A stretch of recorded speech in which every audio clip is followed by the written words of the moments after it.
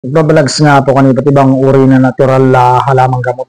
Nagtuturo din po ang tutorial tungkol sa iba't ibang uri na natural na halamang gamot. Kung bago lang po kayo dito sa channel ko, huwag niyo kalimutan mag-subscribe, mag-like, sinasindro pong ganyan. Huwag na rin pong kalimutan i-share sa friends and family kung mayroon po silang sa ginagawa ko na tutorial ng iba't ibang natural na halamang gamot. Bago ko po umpisa na pag-tutorial ko sa araw na ito, pinasasalamatan ko nga po yung mga subscriber ko. Thank you for all subscriber, all viewer. Thank you for new subscriber, new viewer. Maraming salamat po sa inyong suporta. Sana po ipatuloy niyo suportahan yung channel ko para lalo po pong mag-grow. Marami po natin matulungan na mahirap natin mga kababayan na umasa sa mga libreng gamutan. Sa tulong ng channel na ito, kukuha silang libre na mga natira na halamang gamot sa paligid ng bahay nila. Okay.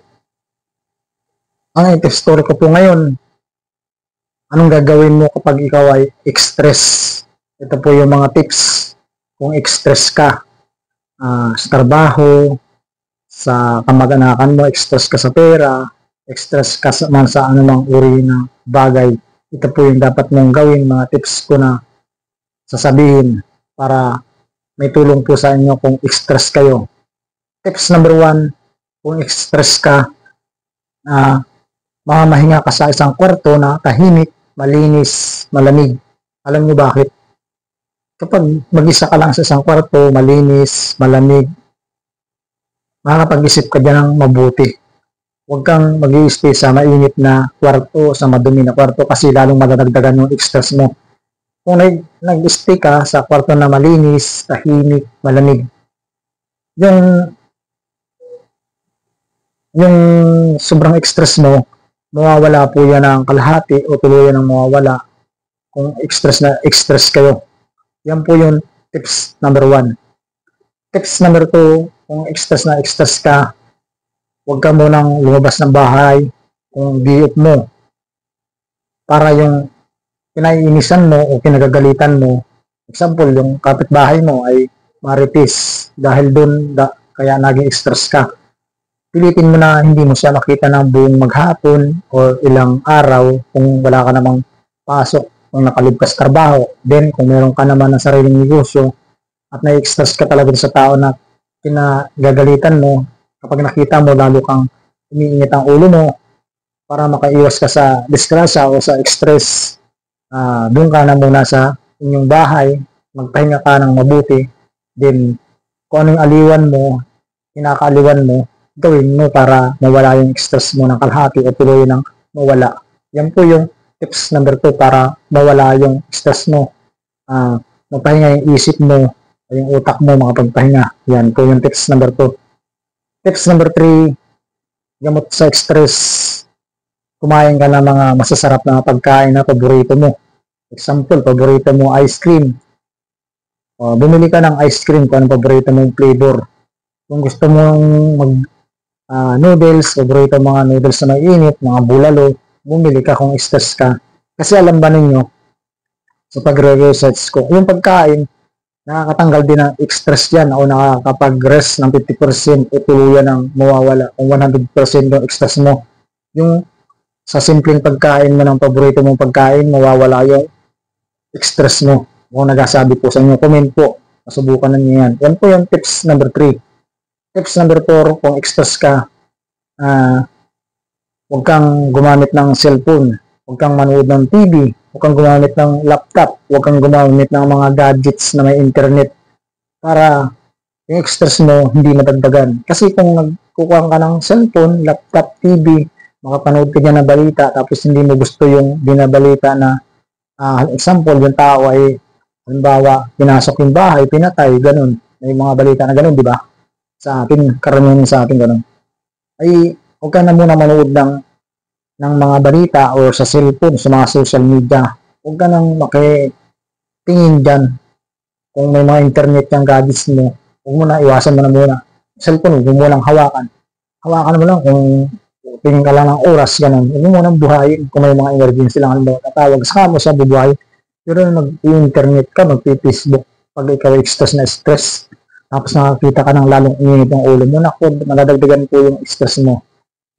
Gawin po nga ninyo, wag na kayong humawak ng cellphone, kung hindi kailangan, manood ng TV, laptop, ano pa mang gadgets na may internet, na makakapanood ka ng social media platform para yung stress mo at yung isip mo makapahinga, yung utak mo makapahinga.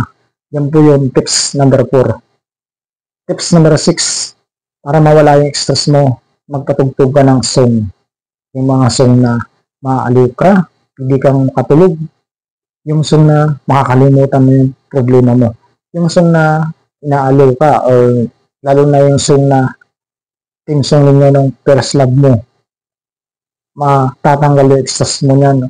Kung 100% yung stress mo, or hanggang 50, mawawala yan kapag pinatugtog mo yung song na favorite mo. Yung pag pinatugtog mo, talagang ang ganda ng pakiramdam mo. Yan.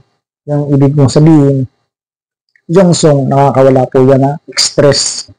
Kapag kayo may stress, nakakapagpahinga ng utak o isipan mo. Yan po yung tips number 5. Tips number 6, kung stress ka, punta ka sa mga tabi ng dagat, kung nasa probinsya ka, at stress ka sa tabi ng ilog, sa tabi ng sapa, lakad-lakad ka lang doon, manood ka, may mga isda doon, o mga, siyempre sa ilog, iba't ibang makikita mo dyan, ganun. Manood-nood ka dyan sa tabi ng ilog, lakad-lakad ka, then kung sa dagat man, mas maganda sa dagat, or sa ilog yung malaki. Kung may sapa sa inyo, maganda yung view, punta ka doon sa maganda ang view na ilog, sapa, dagat. Nakakatanggal po ng stress yan. Kung 100% na stress mo, or mawawala po yung 50% o tuluyan na mawawala kapag namasyal ka sa mga ganyang lugar. Yan po yung tips number 6. Tips number 7, para mawala po yung stress ninyo. Kung kayo po ay nasa bundok at na-stress kayo, sa kabundukan kayo nakatira, punta kayo dun sa farm ninyo, pasyal kayo, lalo na kung mga overlooking. Example, yung farm mo, malapit sa lake, malapit sa dagat, siyempre, tapos sa taas yung farm mo, yung mga tanim dyan, example ng mga gulay, okra, talong, din yung mga prutas, mangga, o buko, saging, or banana. Kapag nakita mo yung mga tanim mo na yan, tapos yung overlooking pa, na lake o may dagat, talagang ako magsasabi sa inyo na yung stress mo, kung 100%, mawawala yung kalahati niyang pagka-stress mo o pagka-inis mo, or tuluyan ang mawawala. Kasi yung isip mo, makakapahinga, o yung utak mo makakapahinga, makakapag-isip ka ng mabuti kapag pumasyal ka sa ganyang mga lugar. Yan yung tips number 7. Tips number 8, para matanggal yung stress mo, kung may mga alaga ka sa inyo na ibon, manok, aso, pusa, himas-himasin mo. Himasin mo. Kung may alaga kang isda, panoorin mo yung isda mo alaga mo sa aquarium. Panoodin mo yung ibon mo alaga sa hawla. Panoodin mo yung aso mo na favorite mo. Yung pusa mo, hipo-hipuin mo yung pusa mo. Huwag mo ka lang magpakagat, baka marabis ka naman. Nakakawala po ng stress yung mga alaga na yan o mga hayop. Kung kayo may mga alaga na ganyan, kung 100% nga yung stress mo, kung naiinis ka, mawawala yung kalahati niyan o magre-rest ng 50%. Yan, yung tips number 7. Tips number 8, para mawala yung stress mo,